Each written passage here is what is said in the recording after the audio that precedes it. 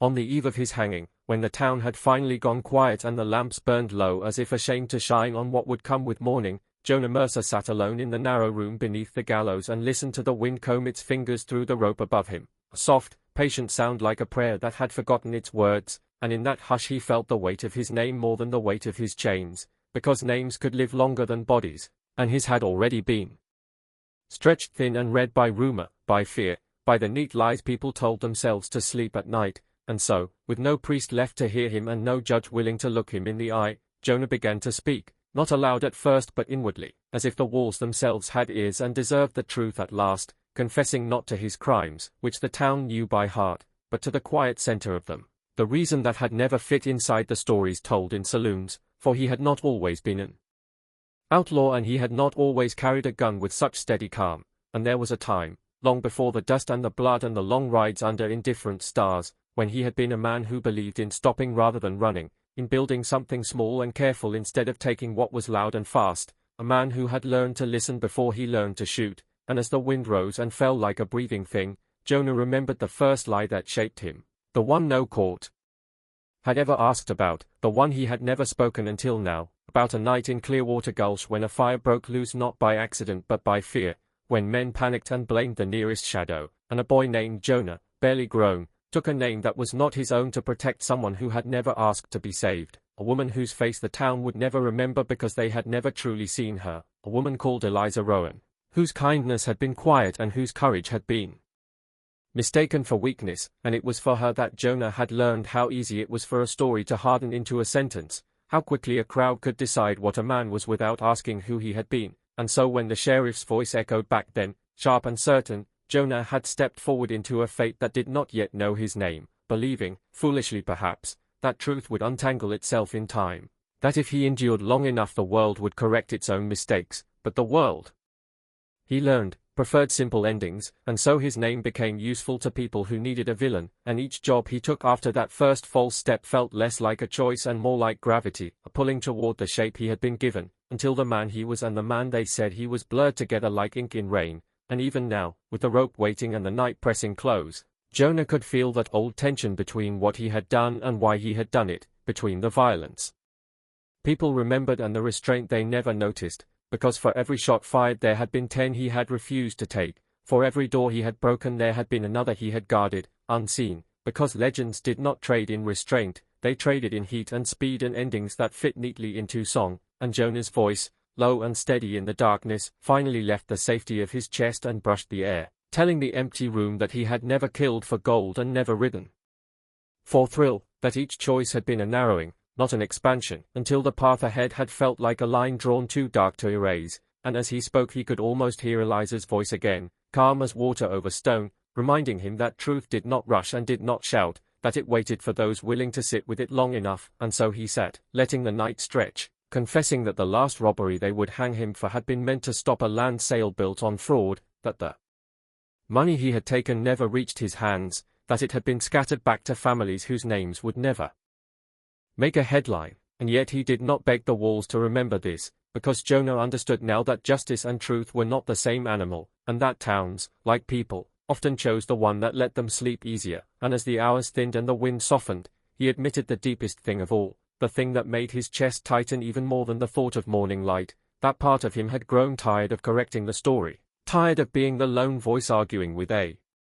legend that fed on silence, and that maybe, in some quiet way, he had allowed the rope to be tied because endings, even unfair ones, offered a rest he had not felt in years, and still, even with that weariness, there was a stubborn ember inside him that wanted the truth to exist somewhere beyond his breath, to be held by the boards and the dust and the wide sky if nowhere else, and so Jonah Mercer, outlaw by sentence and scapegoat by convenience, confessed not to the blood they accused him of spilling but to the love he had buried beneath the dust of survival, to the promise he had once made to a woman who believed the West could be gentler than it pretended, and as the night leaned closer and the gallows creaked like an old ship at anchor, he finished his confession with a hope that felt almost dangerous, that someday someone would listen closely enough to hear the pauses in the old stories, to notice what had been left unsaid, and to understand that legends were not born from truth but from fear, and that sometimes the most outlawed thing a man could do was tell the whole story and trust the wind to carry it where it needed to go. They called her Mara Calder, and in Red Mesa her name was spoken the way people spoke of drought or fire, quietly, with respect edged by fear, because every man who had ever loved her had died by violence, not always by her side and never by her hand. Yet the pattern clung to her like desert dust that no amount of washing could remove, and so, when she arrived one summer evening riding alone beneath a sky bruised purple by heat, the town watched from behind curtains and half-closed doors as if she were a story come alive rather than a woman with tired eyes and a long shadow stretching behind her, and Mara felt that familiar tightening in her chest, the knowledge that no matter how gently she stepped, the ground would remember her weight, because Red Mesa was the kind of place that fed on legends, and she had become one without trying. A widow not once but many times over in the eyes of rumor, though the truth was quieter and far less dramatic, a string of losses tied together by chance and the unforgiving nature of the West. Yet chance, she had learned, could be crueler than intention, and intention mattered very little to men who wanted simple explanations for complicated grief. And so she rented a small adobe house at the edge of town where the desert crept close enough to whisper at night, unpacked her few belongings, and told herself, as she always did, that she would keep her distance this time, that she would live small and careful and leave before anyone could attach her name to another ending, because loving, for Mara, had never been loud or reckless. It had been steady and deep and honest, the kind of love that stayed long after words ran out, and it was that steadiness, she feared, that had anchored her to men who lived dangerous lives and could not stay still long enough to grow old. And Red Mesa, with its wide streets and sharper stairs, felt no different from the towns she had passed through before, until the night the door shuddered under a sudden, desperate knock, not loud but urgent, like a hand running out of strength, and when Mara opened it she found a man collapsed against the frame, blood darkening his shirt, his face pale beneath a layer of dust and sweat, his gun still holstered as if he had forgotten it was there, and for a long moment she simply looked at him, at the way his chest rose unevenly, at the way his eyes fluttered open and closed like a man caught between worlds, and she felt the old fear bloom sharp and familiar, the fear not of death but of attachment, because something in the set of his jaw, in the quiet way he endured pain without spectacle, told her this man would not be easy to forget if she let him stay. Yet the desert did not allow much room for hesitation, and so she pulled him inside, barred the door, and set to work with hands that remembered what to do even as her heart warned her of the cost, and as she cleaned the wound and cooled his fever. She learned his name was Caleb Rourke, that he was a gunslinger by trade but not by taste, that he had been riding to Red Mesa to warn someone of a land grab that would leave families with nothing but dust, and that he had been ambushed on the road by men who cared more for profit than for faces. And Mara listened, saying little, because listening had always been her way of loving, and as days passed and Caleb healed beneath her roof, the town watched with a kind of grim expectation, men lingering longer than necessary near her gate, women shaking their heads as if already counting the days until something went wrong, and Mara felt their eyes like a weight. Yet inside the small house there was a growing quiet that felt almost sacred, a rhythm of shared meals, of careful movements, of conversations that wandered into silence without discomfort, and she found herself noticing the small things about Caleb, the way he thanked her not just with words but with attention, the way he never asked about the past yet seemed to understand it had edges that could cut, and in the evenings, when the heat eased and the desert glowed gold, they would sit on the porch without touching, close enough to feel each other's presence, and in those moments Mara felt something dangerous and tender take shape, not a rush, not a blaze, but a slow warmth that promised shelter if she dared lean into it, and that was what frightened her most, because she had loved men who burned bright and fast. Men who lived like sparks and died like them too, and Caleb was different, quieter, carrying his weariness like a folded map he did not often open, and she wondered if the curse they spoke of was nothing more than the West's inability to let a woman survive her losses without assigning her blame. Yet knowing that did not stop the fear that woke her at night, the fear that loving again would be an invitation to fate, and fate, she knew, did not like being challenged, and so when Caleb finally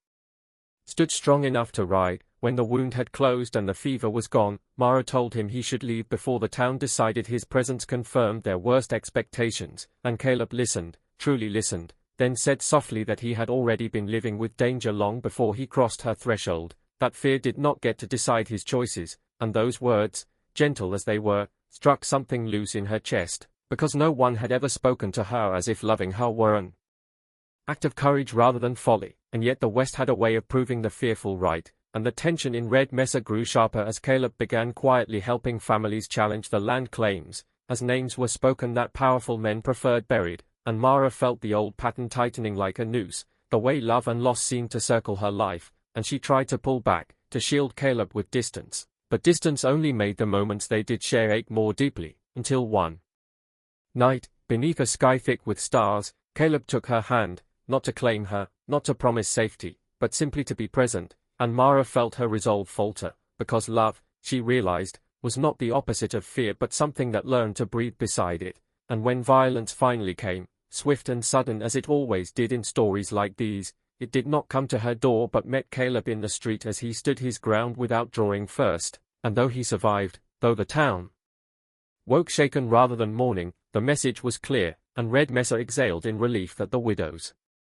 pattern had not yet completed itself, yet the damage was done, because Mara knew now that staying meant asking Caleb to live inside a shadow he had not chosen, and loving him meant risking that the legend would someday demand its ending, and so, before dawn, she packed her things again, leaving behind a note that spoke not of fear but of care, not of curses but of choice, and when the sun rose over Red Mesa it found her already riding away, her figure growing smaller against the endless land, carrying with her another love unfinished, another story the town would never fully understand, and Caleb, standing alone in the quiet street, understood at last that the tragedy of the widow was not that men died for loving her, but that she lived on carrying the weight of every ending, loving deeply in a world that punished women for surviving the men they loved, and as the desert swallowed her trail, the West held its breath, because some love stories did not end in death or union but in distance, and sometimes that distance was the most painful, romantic truth of all. Deadwood Crossing lay stretched beneath the sun like something already half buried, its buildings leaning at tired angles, its streets scarred by wagon ruts and old bloodstains that no rain ever seemed to wash away, and no one there spoke of law anymore, not seriously, not with hope, because the last badge had vanished years ago along with the man who wore it, leaving behind a town that learned to survive by keeping its head down and its mouth shut. So when Samuel Hargreave rode in one late afternoon with dust clinging to his coat and a tarnished marshal's badge pinned where it looked more like a wound than a symbol, people watched from doorways with the same wary curiosity they reserved for storms on the horizon, because Samuel did not ride like a hero out of a story, he rode like a man who had been worn thin by memory, his shoulders slightly bowed, his gaze steady but heavy, as if each mile behind him had taken something it never returned, and he had not planned to stop at Deadwood Crossing at all, had not planned to wear the badge again, because there were some promises a man made only once and spent the rest of his life paying for, and his badge was one of them, earned long ago in a cleaner town with greener edges, lost the night he failed to save a family caught between greed and cowardice, a failure that had ended in fire and silence and a child's voice he still heard in the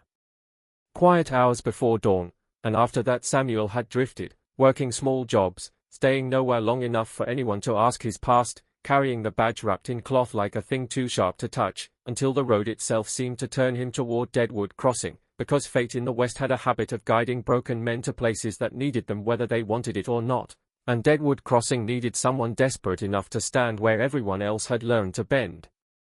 Because the town was on the edge of war, though no one used that word aloud, with two powerful interests circling it like wolves, one wearing the face of progress and land deeds, the other wearing the mask of protection and loyalty, both feeding on fear and silence, and when Samuel stepped into the saloon that first night and quietly asked who ran the place now, the laughter that followed was not cruel but tired, the sound of people who had long ago stopped believing in rescue, yet something about the way Samuel stood, unarmed but unafraid, shifted the air just enough to make a few eyes linger, because he did not look like a man chasing redemption, he looked like a man who had made peace with consequence and chosen to act anyway, and over the next days he listened more than he spoke, walking the town at dawn and dusk, noting which doors stayed shut, which faces flinched at certain names, which men carried confidence that did not belong to them, and slowly, almost against his will, he found himself doing the work of a marshal again, settling small disputes, standing between raised voices until they lowered, reminding people by presence alone that law was not just a badge but a willingness to be seen, and as he worked, the ghosts he carried stirred, because Deadwood Crossing echoed with the same choices that had destroyed his last town, the same hesitations, the same belief that staying quiet might keep the fire from spreading, and Samuel knew how that story ended, knew the cost of waiting until violence announced itself openly, and that knowledge weighed on him as the town's factions grew bolder, as threats sharpened into plans, as whispers turned into open warnings that Samuel should move on before something unfortunate happened, and he considered it, truly, standing one night at the edge of town with the road stretching dark and open before him, because leaving had always been his skill, his survival. But then a boy approached him, no older than the one he had failed years ago, and asked him if marshals were supposed to stay when things got bad, and Samuel felt something settle inside him, not peace but resolve, the quiet understanding that this was the moment he had been circling since the night he wrapped the badge away. And so when the town finally tipped toward open conflict, when armed men gathered with excuses ready and hands resting too close to their guns, Samuel pinned the badge fully into the light, walked into the center of Deadwood Crossing, and spoke with a voice that carried not authority but certainty, naming wrongs plainly, drawing lines that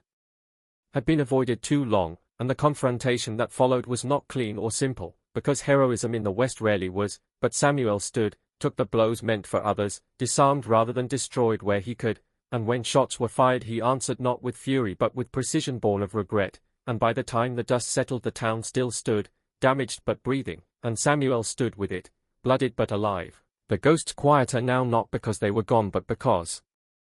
they had been faced, and as dawn broke over Deadwood Crossing, people looked at him differently, not as a savior or legend but as a man who had stayed, and Samuel knew he would stay too, not because the badge demanded it, but because he finally understood that wearing it again was not about erasing the past but honoring it, about standing where he once ran and accepting that sometimes the bravest thing a broken man could do was refuse to leave when the cost of staying was everything. Deep in Black Canyon, where the rock walls twisted like clenched fists and the sun reached the ground only in broken pieces, there was said to be a vein of gold so pure it glowed even in shadow, a treasure whispered about in campfires and half-drunk confessions, always followed by a pause and a lowering of voices, because everyone agreed on one thing even if they argued about the rest, that the gold did not belong to men, that it was claimed long ago by something older than the towns and crueler than hunger. And when Ethan Crowell found the map, folded inside the lining of a dead man's coat at the edge of a dry wash, he told himself he did not believe in curses, only in desperation, because desperation was something he understood well, having lost his claim, his savings, and the last thin patience of a wife who had waited too long for promises that never solidified into a future. And so when he traced the faded ink by lantern light and recognized the markings of Black Canyon, his hands shook not with fear but with hope sharp enough to hurt, the kind of hope that arrives late and demands everything at once. And from the moment he set his course westward the whispers began, faint at first, mistaken for wind sliding through stone, then clearer as the days passed, voices brushing the edge of hearing, never shouting, never commanding outright, but suggesting, reminding, coaxing him onward with memories of all he had failed to protect, all the respect he had lost, all the chances that could still be bought back if he just kept walking. And Ethan told himself this was only the desert playing tricks, that solitude could bend a man's thoughts until they spoke back to him. Yet each night the whispers grew more familiar, sounding less like strangers and more like himself, like the man he used to be before disappointment had settled into his bones. And as he descended into Black Canyon the land changed, the air cooling strangely, the rocks bearing marks not made by pick or shovel but by something that looked like claw or burn. And Ethan noticed old camps abandoned in haste, tools left where they had fallen, as if men had fled not from danger but from knowledge, and still he pressed on, because the map promised certainty, a clear ending to a life that had unraveled without one. And when he finally found the vein, cutting through the canyon wall like a wound that refused to close, glowing faintly even in dim light, the whispers fell silent, replaced by a heavy quiet that pressed against his ears. And Ethan felt awe and dread coil together in his chest, because the gold was real, more real than anything he had chased in years, and touching it sent a warmth through him that felt almost like relief. And in that moment he forgot the warnings, forgot the stories, forgot the way the desert had seemed to watch him arrive, and he worked feverishly, gathering what he could, filling his pack until it strained, until the quiet returned in another form, not whispers now but memories rising uninvited, of men he had cheated in small ways he had justified, of promises he had broken because keeping them was inconvenient, of the slow narrowing of his life into survival rather than integrity. And with each memory the gold grew heavier, not in weight but in presence, as if it were listening, measuring him. And when he finally slept, exhausted against the canyon wall, he dreamed not of riches but of voices arguing softly over his name, debating whether he was worth the cost. And he woke before dawn to find footprints around his camp that were not his own, circling, stopping just short of the firelight, and panic tightened his throat because he was alone, truly alone, and the canyon seemed deeper than before, the path out less certain, and as he tried to leave the whispers returned, no longer gentle, now led and insistent, promising safe passage, promising forgiveness, promising that all debts could be settled if he would only give something in return. And Ethan understood then that the curse was not a beast or a devil with horns but a bargain that preyed on the broken, that the gold asked not for blood outright but for surrender, for the part of a man that still believed he could choose differently, and the longer he carried it the more his thoughts narrowed, the more every decision bent toward keeping it, protecting it, valuing it above water, above rest, above his own name. And when he stumbled on the climb out and spilled part of the gold into the dust, the whispers rose in fury, accusing him of waste, of ingratitude, of weakness, and he felt an urge surge up that frightened him more than the voices themselves, the urge to harm himself if it meant preserving the treasure, and that was the moment clarity broke through the haze, because Ethan saw then the pattern left behind in Black Canyon, not dead bodies piled high but men emptied out, wandering until the desert finished what the gold had begun, and he fell to his knees, shaking, because for the first time he understood the true price, that the gold did not kill directly.